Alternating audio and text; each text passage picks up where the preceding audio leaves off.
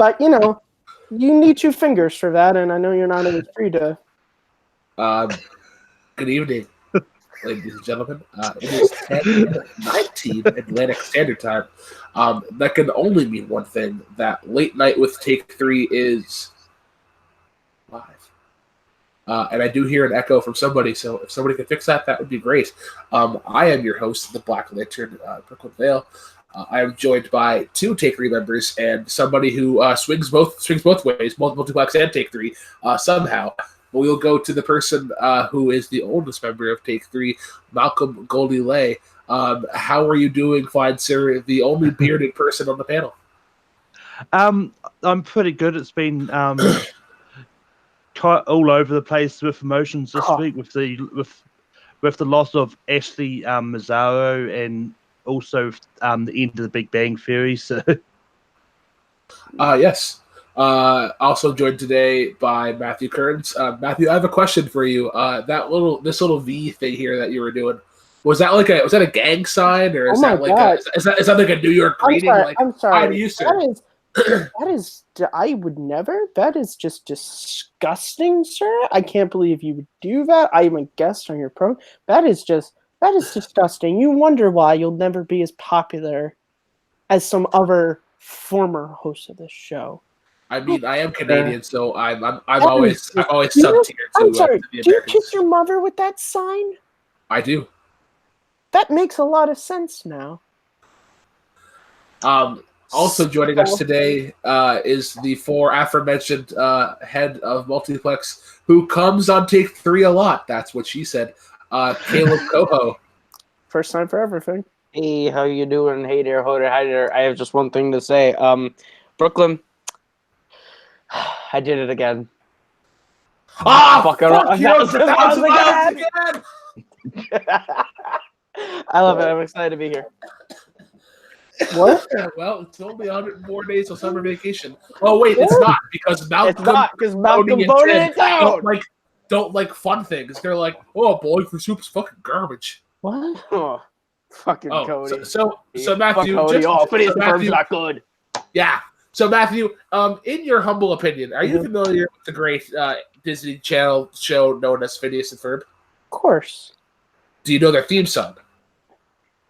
Funny, a dodo bird, being kind or driving her sister insane. Phineas. Yeah. So if someone were to ask it to be on animated songs, well over some other ones that made the list, I'll say. Hashtag not mine and Caleb's list, but hashtag SpongeBob should have made the list. I nominated SpongeBob. It got voted down. I nominated Kim Possible. It got it voted down. Because you voted down to Recess. What the fuck is wrong with you people? Kim Possible? Talk about what the sitch is. Cody said he didn't want to put it on the list. Recess is exponentially better than Kim Possible. You know what? That tracks. All right, so let's start off the way we usually start. Actually, before we start, we do have to talk about the passing of a great meme and a great cat. I don't know if you guys saw, it was early this morning for me. Grumpy the cat has died at the age of 7.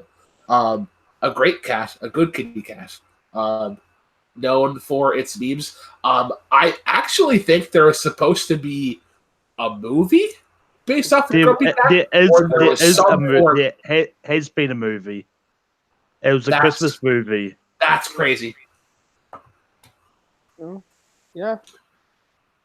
Well, our condolences to Grumpy and his or her family. But yeah, let's get right on to our usual shenanigans, but not actually shenanigans. 6 degrees of Kevin Bacon. If you don't know how it works, how have you not like you got? It's the same 5 people every time. With Take 3, bro? No. Anyways, how it works is actor or actress was in movie with other actor or actress, and then the next person goes, well, that other actress was in a different movie with another one. Franchise rule isn't applying. Once somebody's incorrect, we will start fresh. The order is going to be: I will ask Matt Matt will ask Malcolm. Malcolm will ask Caleb, and Caleb will ask me. So, I am going to start you off, Mr. Kearns, with a softball. Nicolas Cage was in a face-off with John Travolta. I could be an asshole right now. I think what's a picture of? Also, anybody in the chat, if you have any drinking games, let me know, because I do have a little bit of a cider beer that needs to be polished off.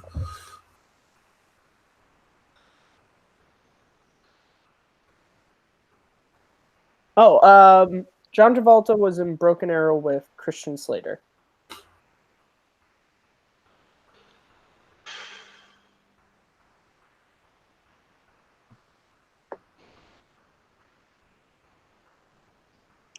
Christian Slater was in something with someone else.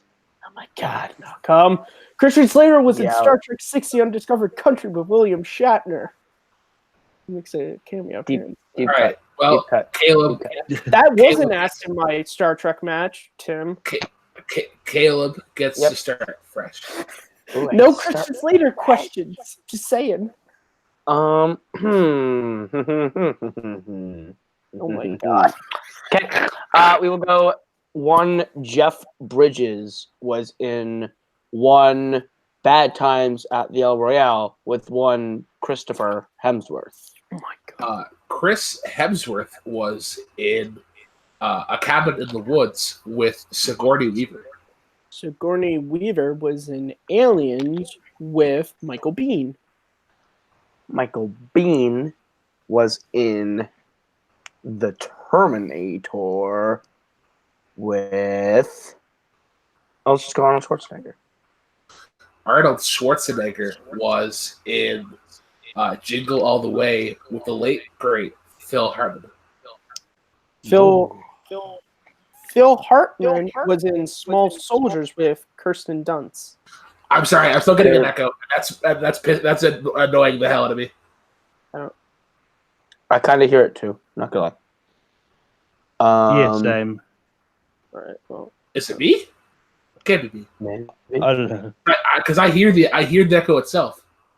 is it me? I don't know how there's an echo. Hello? Is there an echo? I don't hear the echo now. No, it might just, I don't know. It might be Caleb still? I know you hear it sometimes when now? I'm doing rank, I know sometimes when I'm doing rank, I hear it small echo as Okay. well. So Maybe. I yeah, don't know. Okie dokie. I forgot what I'm supposed to rhyme. Oh, Phil Hartman Kirsten was in Dunst. Small Soldiers with Kirsten Dunst. And Kirsten Dunst was in Spider-Man 3 with James Cromwell. James Cromwell was in. Where do I want to go with Spider-Man this? 3. He's He Captain plays George Gwen Stacy. Stacy's Oh, dad. that's right. Oh my God. I'll go with the fuck. I know. I can't think of a dick move. This is a pretty safe one. James Cromwell was in W with Josh Brolin.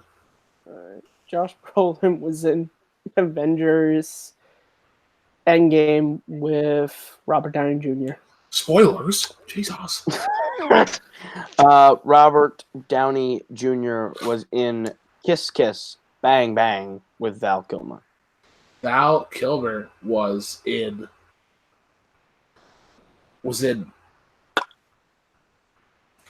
Batman Forever.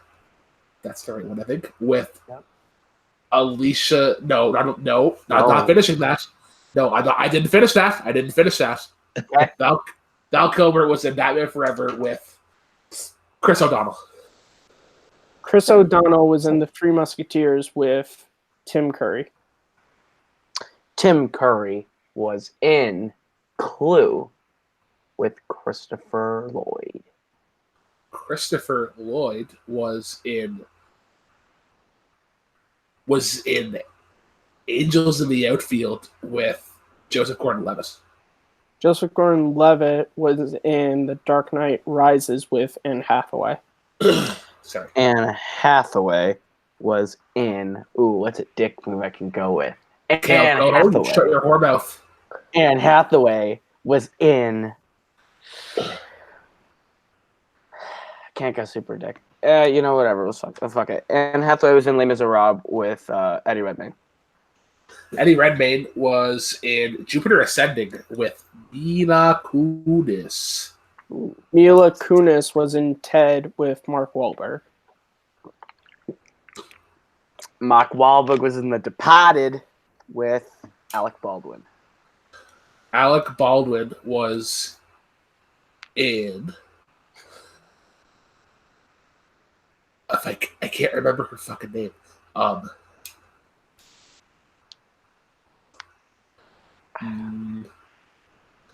the guy who does his job. You must be the other guy. Alec Baldwin was in The Cat in the Hat with Spencer Breslin. Ooh! Hot damn. Good move. Cut the police and the fireman too high. Okay, Spencer Breslin.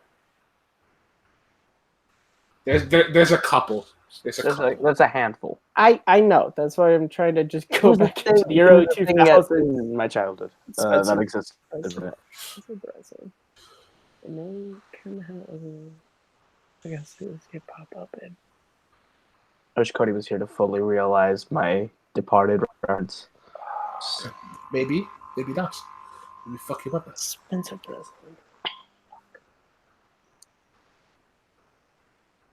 I can't think I'm the right guy now. who does his job. You must be the other guy. How are you? Tired from fucking your mother. How's your mother? Oh, good. Tired from fucking my father. I love that movie. She'll never be a Massachusetts State Trooper. Guaranteed. You guys good? 'Cause Yeah. I can't think of anything. I can't think. He's been Santa in Claus nothing 2 and 3, recent baby. anyway. What? He's in the Santa Claus 2 and 3. Yep, I was also. I'm pretty sure he's also in Cheaper by the Dozen. And Bridge to Terabithia. He's I not will in Cheaper by the check Dozen. that. I know that. He's not one of the kids in Cheaper by the Dozen. Santa He's Claus. not in he Cheaper is. by the Dozen. He's not in Cheaper by the Dozen. Okay. Santa Claus right. 1, 2, Anyways, and 3. He was in Princess Diaries 2. Yep. Zoom. Yeah, that's right. He was the prince. If this was my party, we'd be kissing on Right. it. See, like I Caleb, knew him. I it's just back couldn't to you. It's you and I. We start fresh. Here we go then.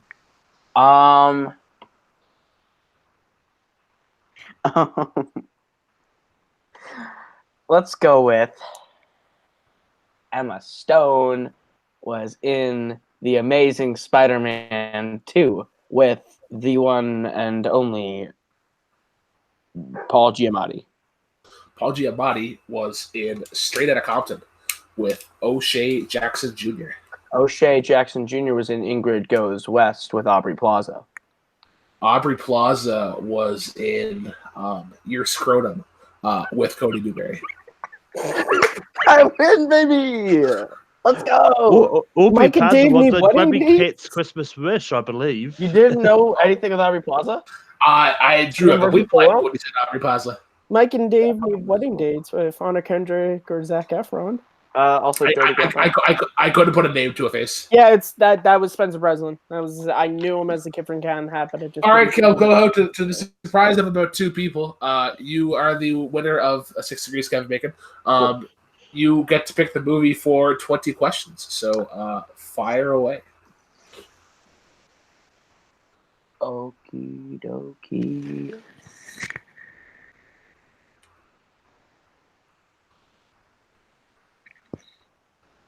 Got it. Okay.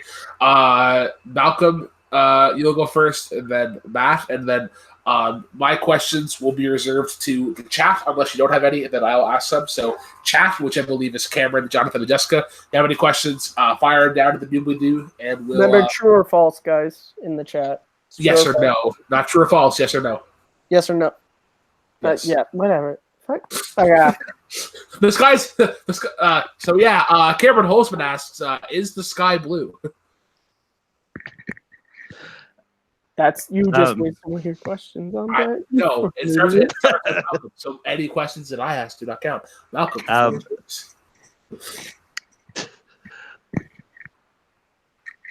is it a fandom movie? No, it is not. Was it? Oh wait, am I going next, Brooklyn, or are you? Yeah. Okay. Was it released pre-2000? It was not. Is this an Oscar-nominated movie? It is not.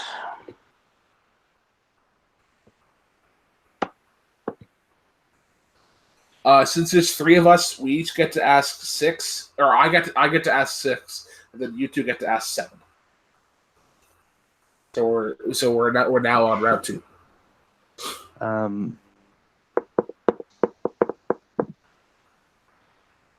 Was it released in the 2010s?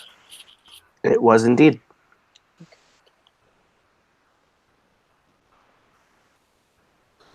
Can you just remind me, Brooklyn, what was your Oscar question specifically? Mine was it nominated for an Oscar? Okay. So yeah, I haven't narrowed down. Like I have a strategy. That's okay. That's so it wasn't nominated for any Oscars. Was it nominated for any Razzies? I will check that real quick. I don't believe so, but I will check.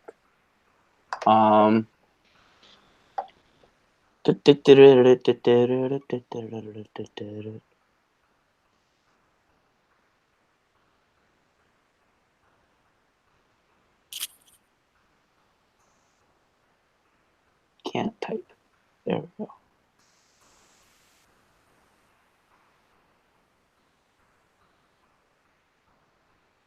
Nominated for any Razzies.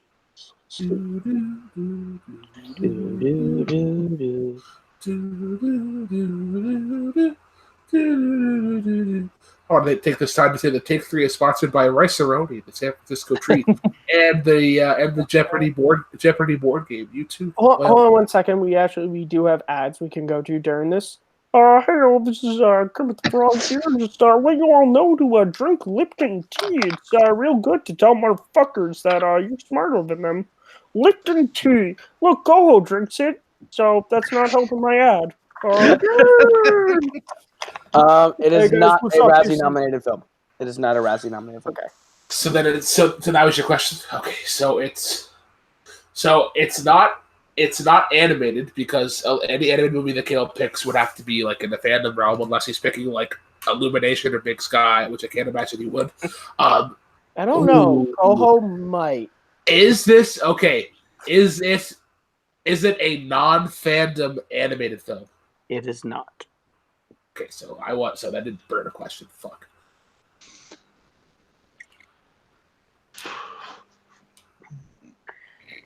Six questions have been used.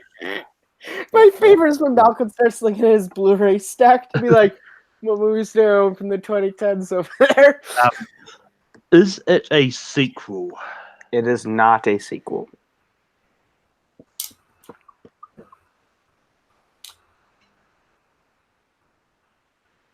Is it an adaptation of something? It is not an adaptation. Okay, so The cool guy asks, was the movie released after 2014? It was not. Okay, so between 2014. I'm going to be right back. I just have to help someone with something. Okay, yeah, so Malcolm Forgers. 9 questions have been asked. Is one of the leads in it an Oscar-nominated actress for anything? No.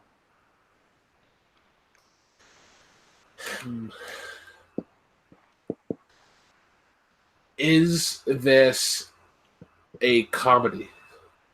No. 11 questions asked. Malcolm. Also, if Kenneth Lee is the cool guy, then that's a twist. This is very twisty. I don't know. Oh no, okay, in your theory you might not be right. All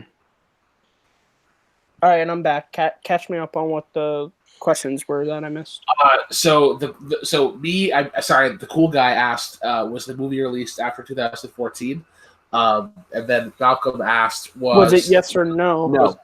Okay. No to that, and then it was no to an Oscar-nominated lead actor or actress, and then it was also no to a comedy. Okay. So I think it's Is it an action movie? Yeah. Do you want me to double check IMDb to make sure that it's listed as action? Yeah. Yeah. I will make sure it's listed as action real quick.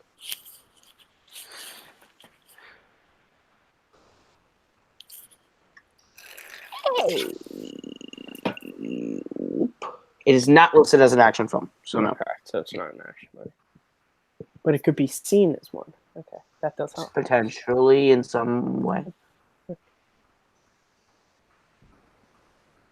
So I think it's back to Malcolm for question 13.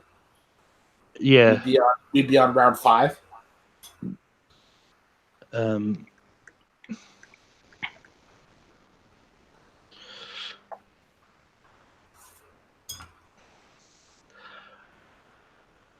Was it released in 2012?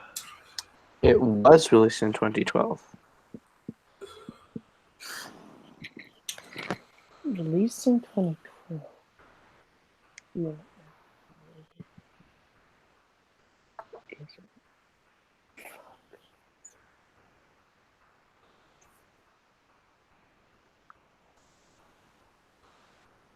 Now I'm trying to think of movies that came out in 2012. Oh, God. No, that was 2013.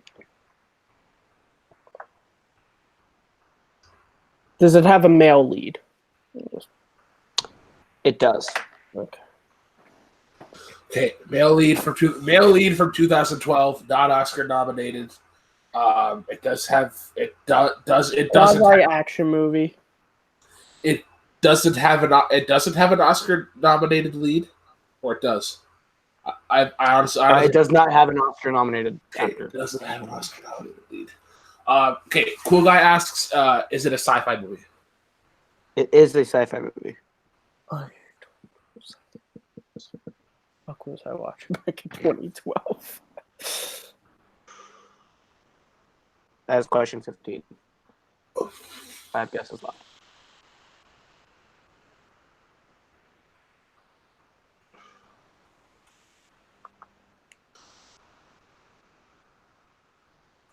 All right, let's talk it out here. It's a 2012 sci-fi movie that's not Oscar nominated. It doesn't have an Oscar nominated lead. There can't be I'm trying to think of movies that came out in 2012. Unless my initial thought was Prometheus, but Prometheus has I think it's not a sequel. It's not a sequel. But Prometheus would be a prequel. Prometheus, yeah, it's a prequel. But is Prometheus 2012? Or is that 2009? No, that's 12. But I mean, it's one of those tricky ones because some people do lump prequels and sequels in the same bed. It doesn't really matter if it's a prequel or sequel. They're not. Sequel, prequel, 2 different things. The Phantom Menace is not a sequel to Return of the Jedi, just because it followed after it. Release order.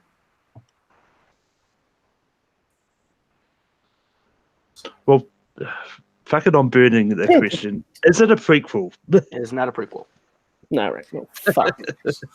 All right. All right. So it's 4 questions left. Prometheus. All right. I'm trying to think. What the fuck movies were coming out? What was Matt watching when he was a freshman in high school? It's like a quasi-action movie. You know what? Fuck it. I'm just gonna say it. I know this is probably wrong, but is it Lone Survivor? It is not Lone Survivor. I think Lone Survivor was 2015 and 2016. Okay, Brooklyn. I love when my favorite game in Brooklyn does that. He doesn't even look at your face when he's like. Okay. The Cool Guy asks, is it directed? It was a year off. It's 2013. Is it directed by a Star Wars director? No. No? No. Okay.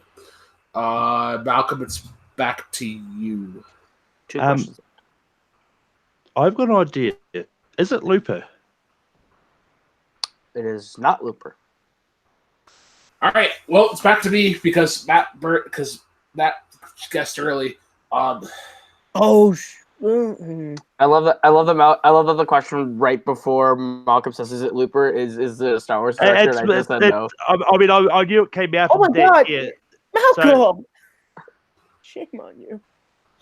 Well, it's more case I knew it came out. Maybe. Is it a Star Wars director? No, it's not a Star Wars director. Wait a Is minute it here. Looper? No, it's can't be Elysium because Matt Damon led that. He's Oscar nominated. Is he Oscar nominated? But it would have got. But did Elysium? I wonder if Elysium ever got an Oscar nom for like visual effects or anything? Or don't Google this. I will give you a freebie question here, and I will look and see if the film in question that you are asking about got an Oscar nomination.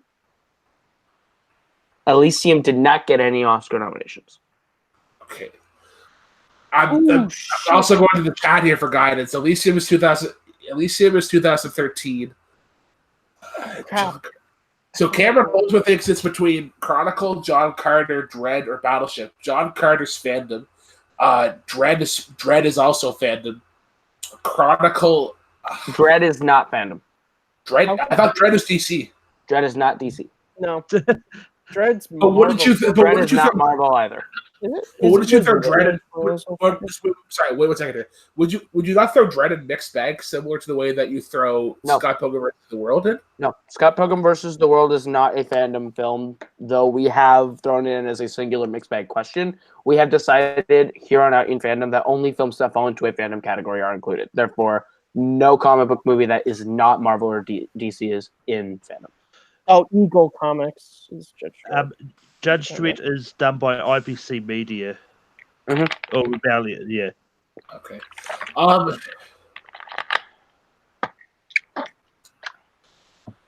I don't think Caleb would have to Google the genre for action if it's Battleship, because I think Battleship is very clearly action. But once again, it depends if IMDb has listed as actually. But I don't think IMDb is that dumb. I think I know what it is now.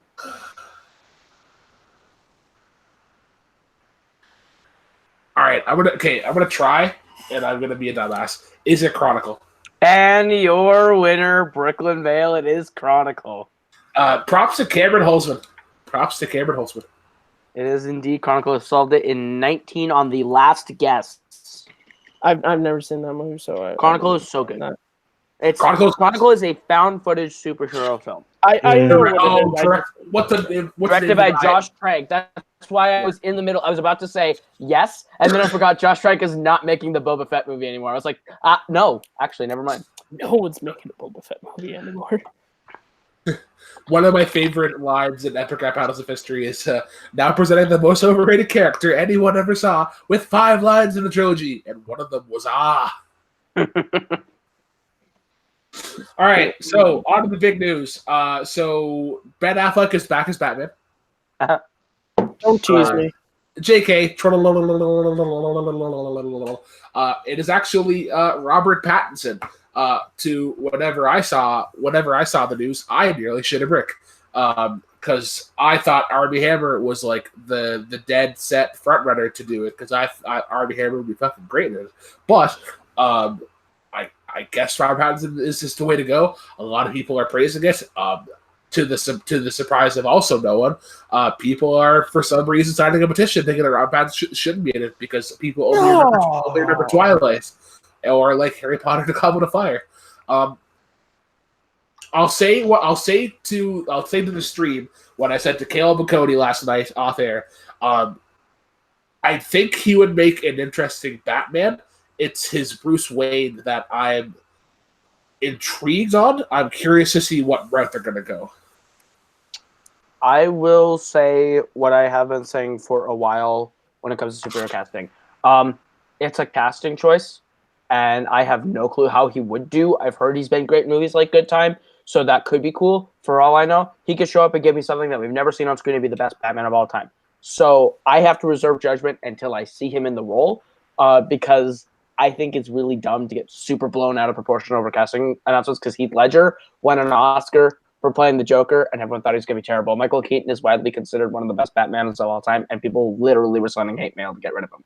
So I don't think it matters anymore. I agree with Caleb. I think it's so funny that people are getting so bent out of shape over a Batman casting, considering there's been so many times Keaton was the first where it was like, oh, Michael Keaton can't be Batman. So many people stole today. Best Batman. But even Ben Affleck. Twitter, it was fucking like 90% I fucking hate this, 10% me and Kevin Smith going, I love this. A lot of people say he's the best part of BVS. Heath Ledger, everyone was like, what, fucking 10 things I hate about The Dark Knight already before it's come out? He wins a damn Oscar. So I get, like, they're not stupid. The people who cast these movies, they know what they're doing. And I think what they want to do with this is they want to go younger when Ben Affleck left. And I think Robert Pattinson, get away from Twilight. I think he's a good actor. I've seen him. Remember Me, I think, is a really great movie. I think he's shown to have, even just in like, you know, from like Harry Potter to Twilight, he does have a bit of a range. And I'm interested to see a movie that is a younger Batman, because pretty much even Keaton, every Batman movie they're usually pretty old. They've been doing it for a bit of time, so it's going to be nice to maybe get a just starting out Batman. Like, I think it'd be cool to even like start the movie kind of like, I don't know when you start, but like maybe like he hasn't even figured out the bat suit yet. Like, I think that'd be cool. Like, sort of take that of just like kind of what Batman Begins and like Phantasm did, show that like just before he really narrows down what he wants to be. I think that'd be a cool movie. And I think Pattinson could be good. He could be bad, but that's the thing. We won't know till we see the movie. So stop signing your Kickstarters and everything, people. I think one of the interesting things, I think one of the more speculating thing about it is like how they're going to tie it into everything. I don't know how I just thought about this now. I think this would be a good time to do Batman Year One. Well, the thing is about tying it in is DC. They're kind of moving away from connected universe. They're starting with Shazam, Aquaman. They're kind of doing. They want to just do solo movies because they tried to do the connected universe. It didn't work for most people, and so now they've done a lot of good success with just focusing on like just the solo characters. So I think this movie's going to exist. Like, I don't think Rob Pattinson is supposed to be playing Ben Affleck Batman younger. Yeah. Although the thing with Shazam is, what I've read is it was originally going to be connected because the cameo at the end was originally going to be Henry Cavill, but he was busy with Mission Impossible. Spoilers. I love how Marvel was like, because when he said the cameo, I was like, oh, he's keeping it secret. And then he's like, Henry Cavill's like, God, I wonder who he's playing. He was supposed to play in Shazam. I mean, the movie's been out for a while, like over a month. It was the way Malcolm set it up. That was the thing. It's like, he didn't say Superman's cameo. He was just like, it's literally right at the end of the movie. It's not like it's a major plot point. I honestly, it's just to digress for a second. I like that it wasn't Henry Cavill because originally he was supposed to have lines, and I think the way they cut it worked so much better to just cut it with the brother's reaction. Yeah, but anyway, this is one that I'm probably not going to believe until it's officially announced, because I've seen mixed articles at the moment, because like some articles are saying that he only in talks, because there's an article that says that Nicholas Hoult is also up there in front runner for Batman. So I don't know what's real at the moment. Well, I mean, the source that I saw was Variety, and Variety is often deemed to be like the be-all and all, similar to like the Hollywood Reporter. Yeah, I mean, like what I'm getting at though is like, I also saw on Deadline, which is another one of the ones that are considered reputable, and that they're saying that it's both of them are they're still in talks about it. So I think there was an article like maybe like 6 or 8 hours before the actual proposal, or like the day before, that are like, here are the front runners. I think it was like the Nicholas Hoult, Robert Pattinson, Armie Hammer, and there was somebody else. To get in that. So I'll pitch this question to you guys.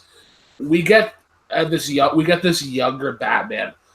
They say they do Batman Year One, or they do something similar to like Arkham Origins, or they do. I think it's like Earth Prime, where every superhero is like in their unattended prime. What villain would you like to see him be paired up with, or even I think the latest trend now in comic book movies has been throwing in 2. So if you could throw in 1 or 2, who would you want and why? I don't care as long as they don't go for one of the big villains right off the bat. I just don't care who the villain is as long as it's a good movie. I think for this new first movie, if we're doing younger Batman, I don't think we go for like the Joker right away, obviously. No.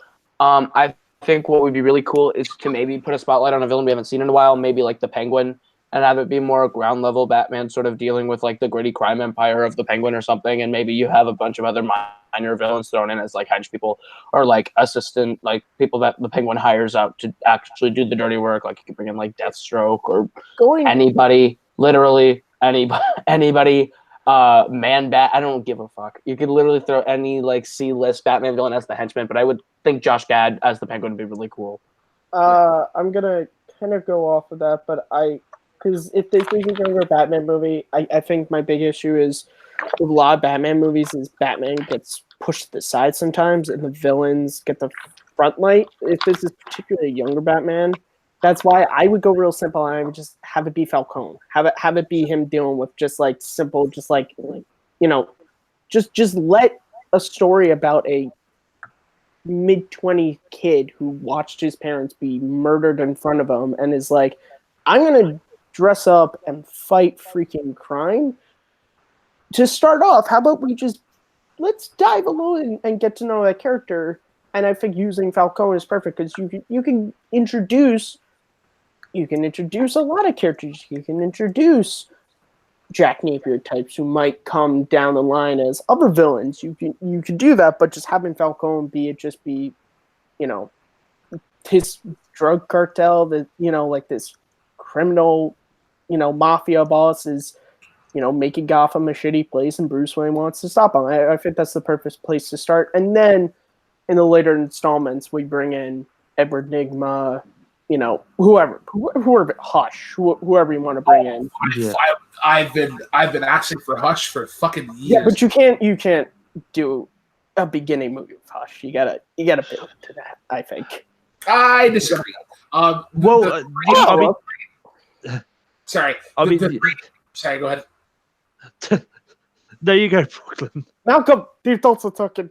Fuck, Hush can't be first.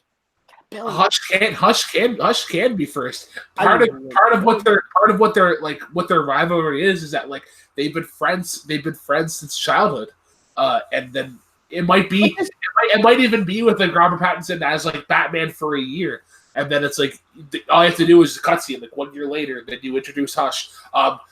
The three villains that I would love to see in this new one, I would love to see. Now, hear me out here.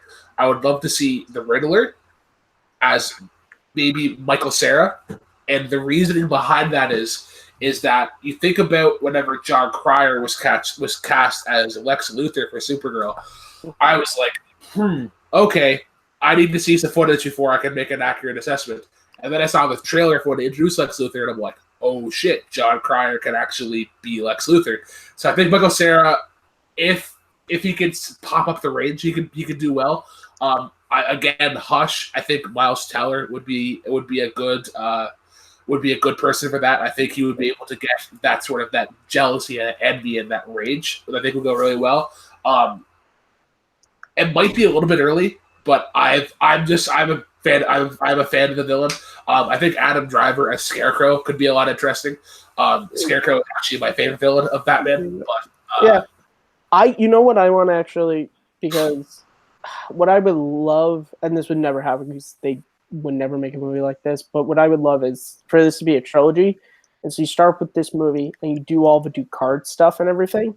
And then you have like the villain, and the first one is like I said, Falcone, and then maybe it's Hush in the second one over. But it builds up to the reveal in the third movie is that the one who's been pulling all the strings is Ra's al Ghul. And there's that big like, holy shit! Not only was Ducard just like bullshit, but he was actually Ra's al Ghul, and he's been doing all this crap in Gotham. That'd be so fucking cool.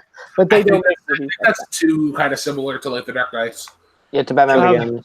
My biggest issue with Ra's al Ghul. What I'm saying is like building that up across a trilogy, because that's in the comics. That's in the comics, by the way. Yeah, but my thing with Ra's al Ghul, I think Ra's al Ghul is really boring and overrated. What? I think Ra's al Ghul, Liam Neeson's take was good, but I don't think Ra's al Ghul is particularly that interesting to me. I disagree. Yeah. That's fine, but I'm in the minority of all comic book lovers when I say that. You aren't. Ra's al Ghul is he's a very like, I love him, but he is a very like, a lot of fans give or take on him. I like him a lot. I think the Lazarus Pit stuff gets a little weird, but I just like that relationship he has with Bruce of just like, he's the one who like trained Batman. There's that whole cool stuff, and then also when you throw in Talia and like Damien and all that, it just gets more and more interesting. Yeah, the one thing, you're not in the minority, I would say, Kale. Yeah. I mean, like for me, Hush is someone that like needs to be brought up, because to drop the hints was like, he's not one that I think you can do convincingly in one movie. I mean, maybe just drop hints in the first one, then in the sequel, then maybe do Hush, but it's like having you should have Harvey Dent being your movie before you have Two-Face. That way you can build that relationship. Yeah. That way when you introduce Two-Face, it's like, oh shit. Like, that's the thing, is like, if they had Aaron Eckhart in Batman Begins, think about how much better that turn at the end of Dark Knight would have been. The original plan was to have the original plan was that he was going to be introduced in Dark Knight, and then it was going to be Trial of the Joker, but then Chris Nolan was like, fucking, I don't want to make another one of these, but I want to do Two-Face, and then Dark Knight made a shitload of money, and Chris Nolan was like, fuck it, fine, I like making money, I'll do it. But, I mean, the one thing I do hope from this movie is they don't show the origin again, and just start it when he is already Batman, because it's was my problem with part of my problem with the Amazing Spider-Man 2 is when they rebooted it 5 years later, they just showed the origin again. It's like, why? You don't need to show it all the time. We know how they get their powers by now. Hey, I don't think we need an origin of Batman, but I do think a ground level, like, back to basics Batman movie isn't the I think just like more detective heavy and a little more noir. Like I think having your Joker and having your Two-Face and having like your Killer Crocs would be a bad thing. Even like your Sandman wouldn't be awful. Sandman, if they did it right, Sandman could be interesting. I mean, the thing is, and this is something that I felt like the Nolan movies walk the line very close. Sorry, Clayface, Sandman, Spider-Man. Yeah, I was gonna say, I didn't want to call you on the movie thing because I was like, Spider-Man. We were just talking Spider-Man. It's okay. I think. Well, actually, the Nolan movies. Actually, when Sand gets red, it becomes Clay. Thank you, Mr. Wizard. I think something that the Nolan movies walked the line with very closely was realistic and then also comic booky, because like. Begins is my favorite, but even then, like, it walks that line at the end when it's like the fear gas and Ra's al Ghul. Like, it walks that line of like, that movie was trying to be very realistic with how a guy could do it. So I think depending on what they want this movie to be, I think that affects some of the villains and how you approach them, because like, you know, you look at the Joker in Dark Knight compared to 89. two very different style movies, and that's why we got two different Jokers.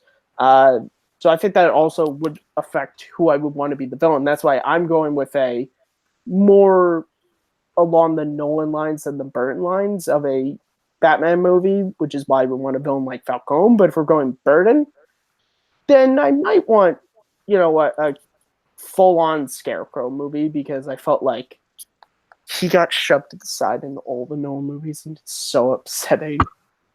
I mean, like he sort of had his moment to shine. He had his moment, but it was like in Batman Begins.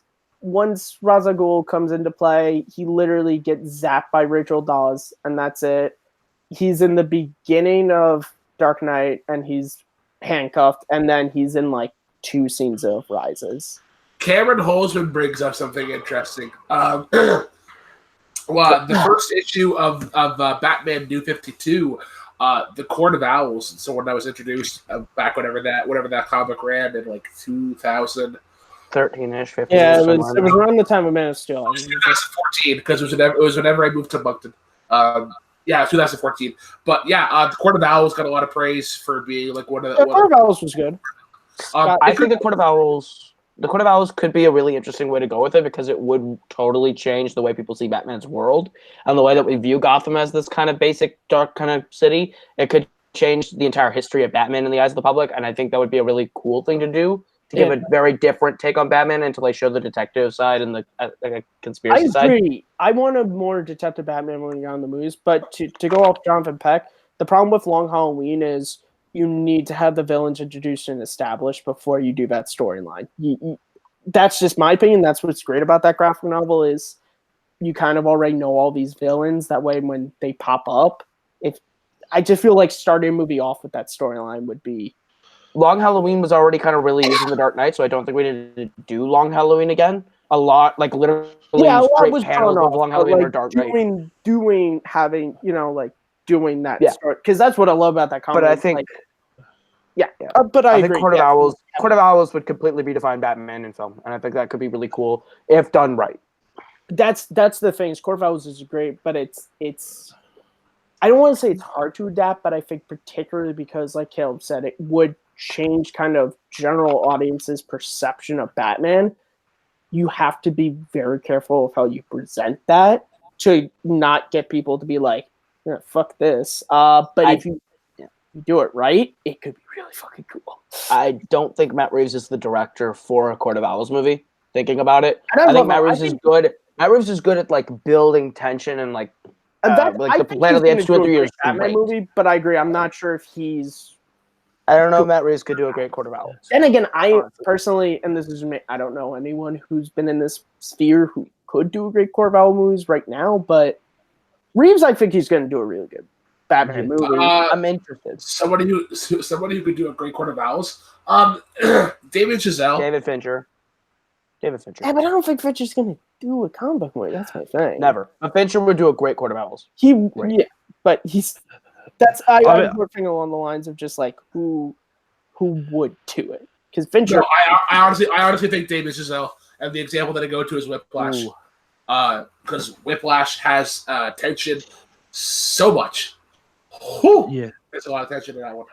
I want to see Damien Chazelle do a superhero movie, but Damien Chazelle is really shown that he's kind of into visuals at the moment, like with First Man, and I think I don't really want him to see him do Batman. I think Damien Chazelle's too light-hearted of a director for Batman. I would love to see maybe a Green Lantern Damien Chazelle or Flash, Flash Damien Chazelle. Kingdom, I think purely based on the aesthetic, Kingdom Come could be interesting. Because it's a little more lighthearted. It's not as heavy. Kingdom Come is kind of.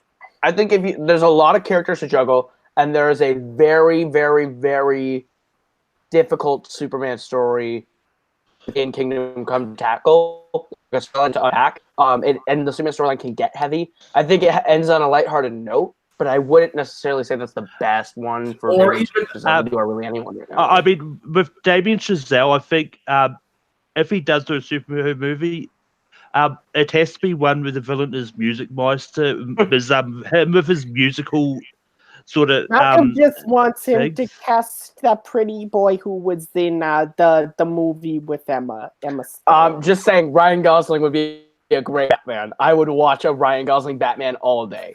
Oh, by the way, that wasn't me. I'm just that. No, I know. Awesome. I totally know. Gosling But like as the Batman.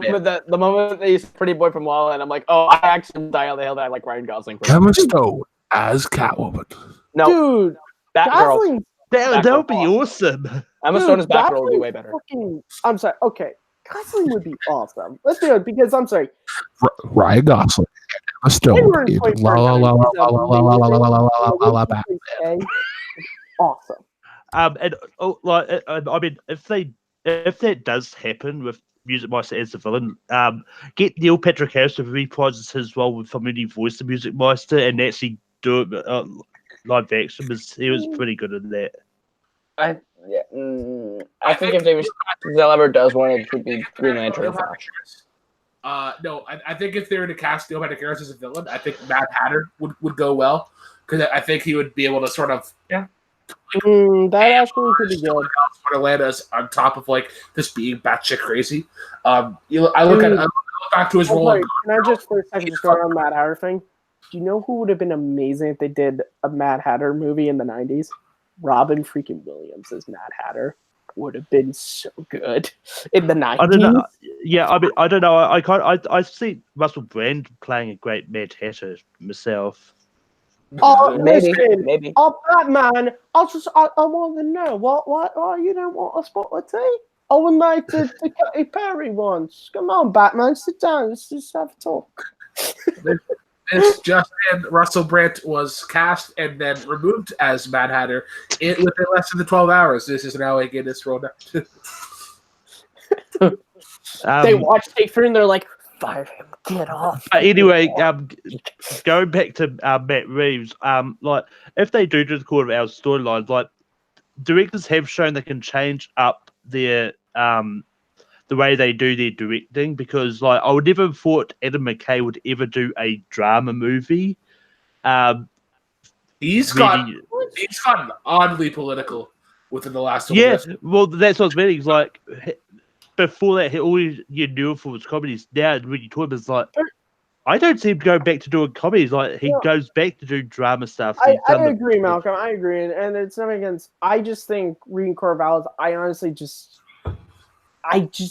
don't think it would make a great movie because it's one of those where it's just like it's such a good comic. I just like this is the weird thing about comic books and movies is they're just this weird separation to where it's like there's something that works on a page that just even some of the animated stuff where it's like it just can't be like for me my favorite graphic novel of all time is Step of Superman. Even with the animated stuff, I haven't seen that storyline be done as good as in the graphic novel. That's just me. Maybe it's because I love the graphic novel too much, but it's just like there's that weird thing for me. I'm not saying Court of Owls can't be done, but it's just like yeah. I mean, I think with some of them, I think some of those storylines they work better over time, because to try and cram something like Court of Owls and stuff into like that 2 hour into one movie is not good. But if they use Court of Owls maybe as the trilogy arc is what they plan, then you could find that it might work out if it's done as a trilogy. Maybe.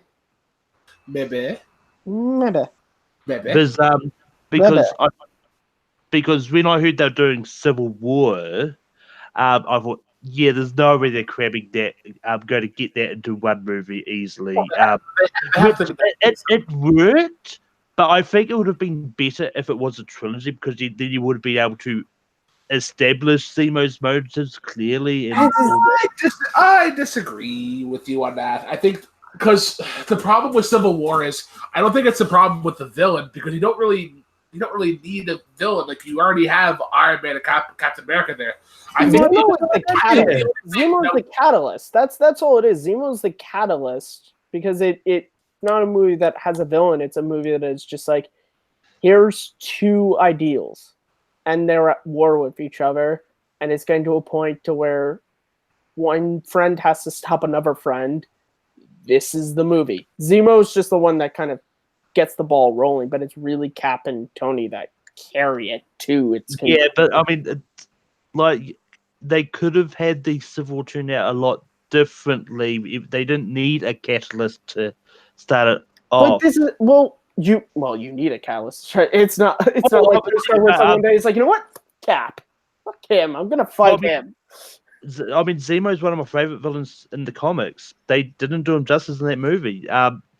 He could have been a more intimidating villain had he got his a better role in that. I mean, that's fine. I think Zemo is perfectly good for the movie that he's in and the villain role that he had to fill. I think Malcolm. So what takes okay? So he's just not the comic character. So one of the problems in here on Civil War is that and they're right. Baron Zemo was needed for the script that they used. He was fine. Daniel Bruhl did a solid performance. I think the problem is that if you don't have to try to frame Bucky, you don't need Baron. In the original Civil War comic, it started off with the Thunderbolt. The New Warriors. It was the New Warriors doing a mission, and one of the villains does a suicide bomb and kills so many people. In that instance, you don't have like a criminal or somebody to arrest because everybody died. If you go that route, it's now more based on the ideals as opposed to this person was framed, this person was not framed. He's a criminal. I think that changes. That changes like the overall tone, and I think if I could change one thing about Civil War, it's that have it more so not based on Bucky and his relationship between Iron Man and Cap. Have it set as like it's this one moment gone wrong that you can't fix or that you can't punish. Which is what they did at the beginning of the movie in Lagos. They did that. Crossbones. They did this. Yeah, they did that. It's just they fit Bucky in because that was a subplot that they needed to wrap up. And I agree with you on Bucky being kind of shoved in there? 100%. They needed to kind of add an extra emotional investment for Cap, and I don't think it was completely warranted. I think I actually disagree. I think how they worked that in was really good because I felt like Civil War is kind of a turn point, particularly in Cap's character and also just in the MCU when it comes to the story stuff. And Bucky was required because you had to have all the stuff with, Sokovia and all that to go down to sort of start the divide between Iron Man and Cap. But it was really what drives the divide is Cap knew that Bucky killed Tony's parents. He didn't tell him, and he's not going to let Tony kill him. That's what caused the divide. It's my favorite MCU movie, so I after rewatching a bunch of them before Endgame, I think how that movie works. And again, this is the difference between I'm not a big Marvel Comics guy. I'm not super huge. I just think as a movie and as the cap to that trilogy, no pun intended, I think it was great. I totally agree. Before Endgame ever came out, Civil War was my favorite, even over Infinity War, because I love the way that they handled every character and the way that they paced the movie, and that it didn't become too convoluted. And like Zemo aside, you're constantly flip flopping between all right, well, Tony's right. No, Cap's right. So it's you could literally pick a side. You could pick either Team Tony or Team. That was the one thing I really did like about that movie was it felt natural. Like Tony's stuff that was all being built from Ultron, like Iron Man 3, like this whole I feel guilty for this stuff that I should have control over, and now having talked with the parent, you kind of just feel like it all makes sense. It's all logical where those characters are at that point. That's what I like. Is like you said, it's. I mean, they even have in the movie. They have the characters who are like, yes, we should sign it. No, we shouldn't. It's a good movie. I love how we're talking about the MCU, even though this started off with the Batman conversation. It always goes back to Disney. Curse you, Disney! Oh, Disney, which did you guys hear? Owns Star Wars. Let's talk about the Mandalorian. You just see Bob Iger and Kevin Feige up in this big tower on top of the hill. Smoking cigars like, oh, yes, that internet show on Take3 is talking about us again. I'm pretty sure that was it. Yeah, that's been. I've just got a word from our sponsors. Kevin Feige's pulled sponsorship of Take3. Ooh, so now we're. Hey guys, it's Roger to tell you we will no longer be talking about the MCU. All right, guys, I got good news and bad news all in the same sentence. We are now owned by Disney. Yay! Fuck. I'm in trouble. Probably won't be around here for much longer. That puts us at about an hour. We're actually gonna cut her here a little bit short. So thank you everybody for coming on. Cameron, Jonathan, and multiplex entertainment. Multi effects. I'm not sure who that was, but thank you for contributing to the chat. Quickly, everybody. Matt Kearns, where can people find you? Go. You can find me at Kearns_Matthew on Twitter, MattMovies611 on YouTube and WordPress, and right here as host of Second Look and Rhyme and Reason. Second Look episode Moneyball is coming soon. Very busy this week, and Rhyme and Reason will be coming back hopefully next week. Me and Sandy are just pinning down a day to record, but the show is still happening, people. And you can also find me on doesn't take free programs, including the upcoming episode of Rankum. Malcolm, plugs, go. You can find me on Tape 3 Productions hosting Rankum every Sunday night. This Sunday is action movies from the 80s and the 90s. You can also find me over on Full Metal Random hosting over on Full Metal Trivia hosting Full Metal Random, and this week is going to be a Wes Anderson match. You can also find me on Twitter, Letterboxd, and Stardust at Melkor and competing in various fan leagues. Caleb Coho, plugs, please. Yes, sir. Hi. You can find me over at Multiplex Entertainment, where I host Phantom Plate on Fridays. And we have a plethora of content. Cody Newberry's new show, Your List Sucks. The after shows on Mondays. Me and Brooklyn are usually on that. And the co-Huskers will be coming back. Crisis on our Plex. Plus, we have all of our trivia shows. But you can find me personally on Twitter, Instagram, and everywhere at Caleb Coho. That is Caleb with a K, K-O-H-O. I wish I had a fork so I could like plug a fork. But yeah. You want me to plug my fork? That's what she said. No, that might hurt too much. That might a little bit. You can find me on Instagram and Twitter at TheRealBK10. The number not the word. You can also find me right here at Take Two Productions, running not one, but 1 3/4 of the show. Jukebox Trivia has been kind of on like a bit of a break. I got a little bit carried away with stuff, but it will be coming back soon. We do have a championship match to do on top of a couple of Iron Man matches, and then Dance Off will be kicking off in the summer. And here at Lino Take 3 and over at Multiplex, coming on shows, usually pseudo running after show, creating games and stuff. I think we're going to do Hollywood Squares again, and then we are going to figure out who Kenneth Lee is. It's a mystery, but I think Kate hasn't figured it out. We'll figure it out. Hey, he's the cool guy. Kenneth Lee is the cool guy. That's not according to Kate McMillan. But be sure to check that out Monday at like 10 Eastern. Something like that. Hashtag it's twisty. Is it 10? You know what? You guys do cable repairman times between 10 to 6. He's even told us on a live chat once. But what if Kenneth Lee was somebody else? Dun dun. Dun, dun. Raquel, go over Malcolm for Matthew Kearns. I am Malcolm Rookerville. Cheers, guys, and as always, drive safely.